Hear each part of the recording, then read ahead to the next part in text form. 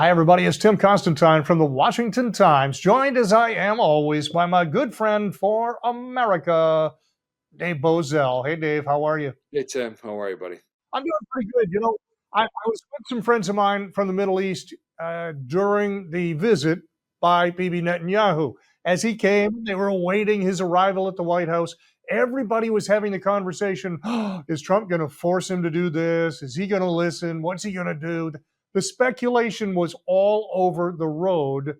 And then when they came out and Trump said, you know what, we'd like to own the area and redevelop it, it just blew everybody's mind. Your thoughts? Well, I'm going to do this in my Chuck Schumer impersonation with my glasses all the way down my nose. We will win. We won't rest. We will do something. Okay, Get a never good mind. nasally voice too. Um, I think this city has been turned upside down in the last 24 hours since this announcement, Tim. No one would have ever have thought that Donald Trump would have stood next to the Prime Minister of Israel and said, "Oh yeah, by the way, we're going to take ownership of Gaza." His reasons are quite sound. It is nothing but demolition over there. He uses the words death and destruction. It's accurate. These folks can't walk down the street without tripping over a bomb. There are underground tunnels going to all sorts of faraway places, housing all sorts of awful human beings.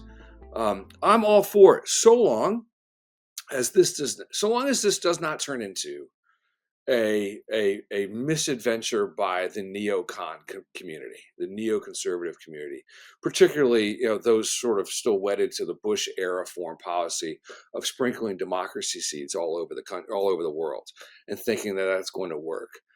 So long as our interests there are financial, and the Middle East puts up the bulk of the cost to get this thing cleaned up, we'll provide. I think what we'll end up doing is providing much of the security so that they can do that.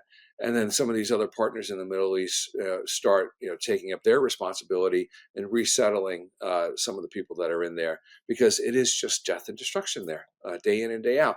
And the decision to create it 50 years ago, and the decision to put all these people there, finally someone had the stones to say that was a huge mistake, and it has not worked. They say the definition of an insanity is when something doesn't work, you just keep doing it over and over and over again anyway. And that's what the 50 years have been. It's a failed experiment. It didn't work. So what's the alternative? And this is one alternative. I'd say a couple of things here. One, the idea, politically speaking and practically speaking, is an interesting one from the standpoint that Israel would like to make sure Hamas is no longer there. You mentioned the tunnels and the entire network there that has been set up to encourage future terrorism in the area could be Right. wiped out if you went in and did a redevelopment, but wiped out during peacetime. That's one of the pieces of genius of this plan. It's not going in and killing people, hurting people, dropping bombs. It's going in and deconstructing an area that was built specifically to encourage terrorism. That's point number one. Point number two, I think this is fascinating. I think it's Trump's point of reference with anything is, how do we make this into a profit center? How do we make this where people can use it, enjoy it, make money from it, and flourish there? Peace and prosperity. Prosperity will be underlined on this one. Fascinating idea. I think the question here is, if the US government is taking, and I'm using finger quotes, but ownership of this and overseeing this project, that's fine while you have a real estate developer as president, but he's out of here in 4 years. And the idea that someone like a Joe Biden or Kamala Harris could be in charge of something like this has disaster written all over it. I think that's a Yeah. big worry long term. Yeah, it could end up being like a Keystone situation, on again, off again, jobs created, jobs lost, policy changes. The reality is, yeah, he's not going to see the fruits of this labor. This is going to be a 10 to 15 to 20-year endeavor. But I think it's wholly necessary. And it really starts to reposition America as a leader in the world. Greenland, and Panama City, and Gaza, I think, are just all interconnected. I think the concept here is an interesting one in that I grew up a Laker fan during the Kareem Abdul-Jabbar, Magic Johnson era. When Magic Johnson retired, he went into business. And one of the things he and his partners have done very successfully over the last 30 years is redevelop blighted areas in major metropolitan areas. I realize they're not war zones, but in some of the cities, in parts of LA or other cities, they were similar. It was blighted. It was just bombed out, essentially, ruined inner city areas. They would go in and they would not only buy and rebuild, but they would get the community to buy in and say, look, we can do this if you will participate. And they would get people to from the area to work in, and it all started with a movie theater in a bad section of LA.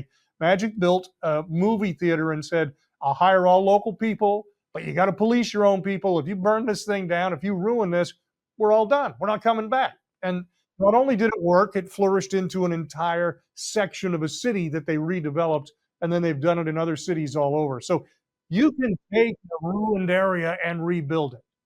Well, credit where credit is due. Magic, I mean, took over my Washington Redskins, which some would consider to be blighted. Just some very lean years, and so the new ownership came in, and Magic Johnson was a part of that. And here we were in the NFC Championship game. So he's got recent success not just in urban communities, but just in sports endeavors as well. So that kind of thinking is going to have to be required to rebuild Gaza. This has been something that has been a thorn in American foreign policy for as long as I've been alive.